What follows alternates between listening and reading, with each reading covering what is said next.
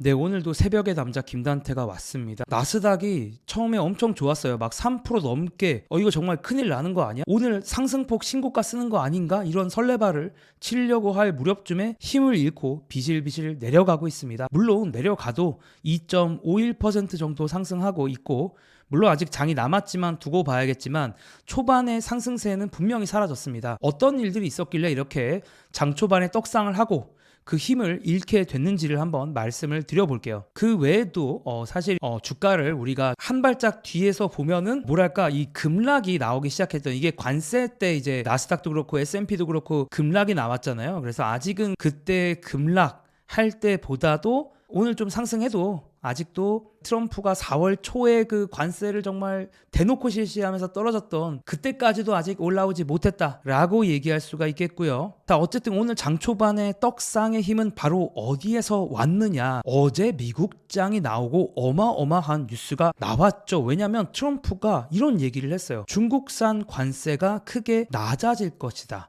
지금 미국과 중국이 관세를 두고 엄청나게, 굳이 말하자면 미국이 먼저 선제 관세를 때렸고 중국이 보복을 했고 미국이 보보복했고 중국이 보보복했고 미국이 또 보보복하는 그 과정 속에서 계속 첨예하게 대립을 하고 있었는데, 트럼프가 뭔가 이 대립을 끝낼 것 같은 그런 뉘앙스의 말을 했죠. 그래서 그게 이제 시장에서 대환영을 받았습니다. 관세가 크게 낮아진다고 하니까 얼마나 좋습니까? 시진핑에 대해서도 강력하게 대응을 안 한다고 하니까 시장에서 너무 좋아할 수밖에 없었던 뉴스다라고 볼 수가 있고, 좀 더 자세히 보면은 중국산에 대한 관세는 크게 낮아질 것이며 145%까지는 가지 않을 것이다 라고 밝혔습니다. 원래 미국이 145%까지 이제 때린다라고 했기 때문에 이제 그거에 대한 이야기인 것 같아요. 물론 많이 낮아질 것이지만 완전히 없애지는 않을 것이다 라고 말했습니다. 이런 트럼프의 발언에 대해서 중국 역시 대화할 준비가 있다라는 그런 뉘앙스를 좀 보였어요. 그래서 중국의 외교부 대변인이 뭐라고 말했냐면, 우리는 무역 전쟁을 원하지는 않지만 두려워하지도 않는다. 대화할 의향이 있다면 문은 열려 있다. 그러니까 전화 달라는 거죠. Give me a call.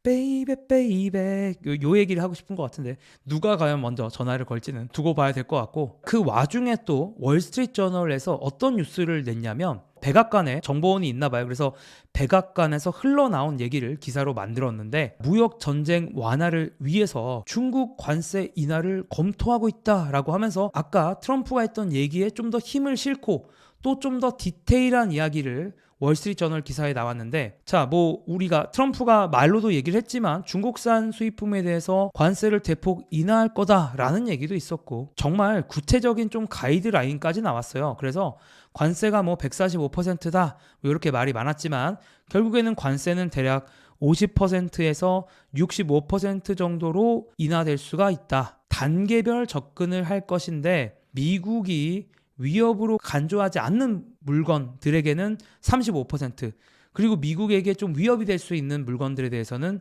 100% 관세를 부과할 것이다 라는 얘기를 하고 있습니다. 자, 이때까지 분위기가 엄청 좋다가 요 포인트 보이시나요? 미국 장이 이제 떨어지기 시작할 즈음에 어떤 발언이 있었냐면, 재무부 장관인 스콧 베센트의 발언이 있었습니다. 아니, 그래도 보통 스콧 베센트는 알려진 바에 따르면 이번 무역 전쟁에 대해서는 온건파라고 알려져 있고, 사실은 좀 베센트가 발언을 하면 시장이 좋게 반응하는 경우가 많았는데, 베센트가 도대체 어떤 얘기를 했길래 한번 뜯어봤더니, 일단 베센트는 도널드 트럼프 대통령이 미국의 대중국 관세를 일방적으로 철폐하겠다는 제안은 하지 않았다라고 말했습니다. 그리고 어떤 얘기를 더 했냐면, 제가 여러 차례 말했듯이 양측 모두 현재의 관세 수준이 지속 가능하지 않다고 생각하는 것 같으므로 상호 협의를 통해서 관세가 인하되는 것은 놀라운 일이 아닐 것입니다 라고 얘기를 하면서, 여기까지는 뭐 그렇다고 쳐도요,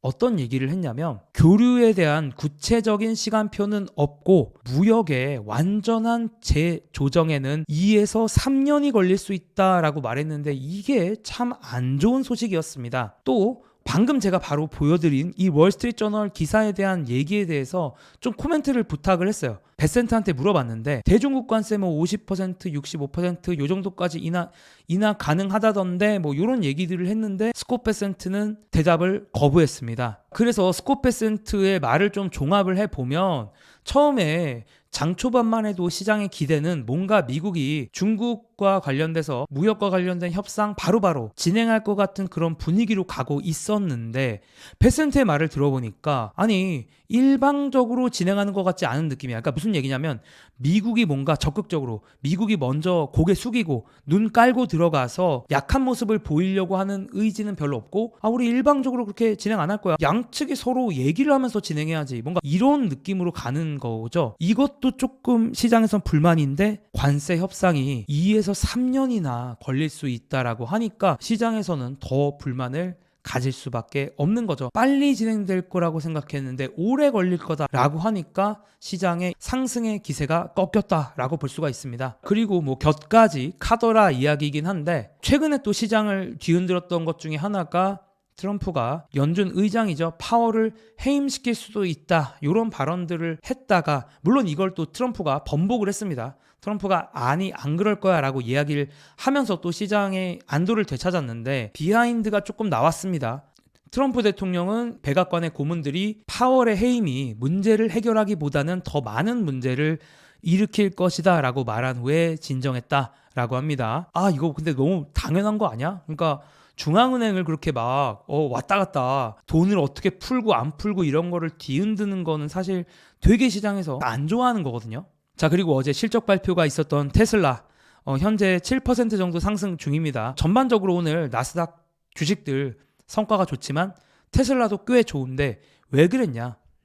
뭐 실적은 뭐 이익도 그렇고 매출도 그렇고 별로 안 좋게 나왔는데 왜 좋았냐라고 하면은 자, 일론 머스크의 이 발언들 때문이었습니다. 바로 시장에서 가장 걱정했던 것 중에 하나가 일론 머스크가 테슬라의 신경을 좀 못 쓰고 도지라고 하는 정부 효율성 부서의 시간을 많이 쓰는 거였는데요. 일론 머스크가 다음 달인 5월부터는 도지에 할당하는 시간이 많이 줄어들 것 같다라고 얘기를 했고 다음 달부터 테슬라에 훨씬 더 많은 시간을 할당할 것이다. 이런 얘기를 하면서 시장이 또 많이 좋아했습니다. 오늘도 이렇게 장 초반의 부분들을 말씀드렸는데 결국에 중요한 거는 어차피 트럼프 말이 또 나오면 또 장이 위로든 아래로든 요동을 칠 거다라는 겁니다. 그리고 계속 변동성이 계속 될 건데 이 높은 변동성을 어떠한 큰 틀로 바라볼 거냐인 것 같아요. 그런 관점을 갖기에 좋은 거는 바로 2018년 트럼프 1기 때이지 않을까라는 생각을 저는 좀 하는데요.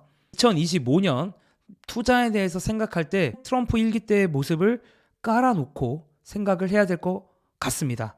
자, 그러면 2018년에 도대체 어떻게 장이 움직였느냐? KB증권 이은택 위원님의 자료를 가지고 와봤는데 참고로 차트는 코스피인데 이게 미국과 중국이 갈등하다 보니까 미국 증시보다는 코스피가 더 트럼프의 발언에 흔들렸거든요. 코스피의 움직임을 보면서 참고를 하는 게 더 좋을 것 같아서 가지고 와봤습니다. 근데 어쨌든 자, 2018년 12월에 G20 정상회담 무역전쟁 휴전 합의 90일 유예해줄게. 이거 뭔가 90일 숫자도 똑같죠. 뭐 그렇게 가다가 좋은 소식들이 많았어요. 무역 협상이 곧 타결되고 트럼프가 류어를 면담한 다음에 협상이 성공적이다. 뭐 이렇게 좋은 얘기를 하다가 갑자기 5월 10일에 트럼프가 협상 결렬을 선언했고요. 그리고 관세를 인상을 해버렸어요. 그러면서 코스피가 엄청나게 하락을 했습니다. 그러다가 2019년 10월에 G20 정상회의에서 1단계 무역 합의를 발표를 하면서 다시 장이 이렇게 올라갔습니다. 그러니까 무슨 얘기를 드리고 싶은 거냐면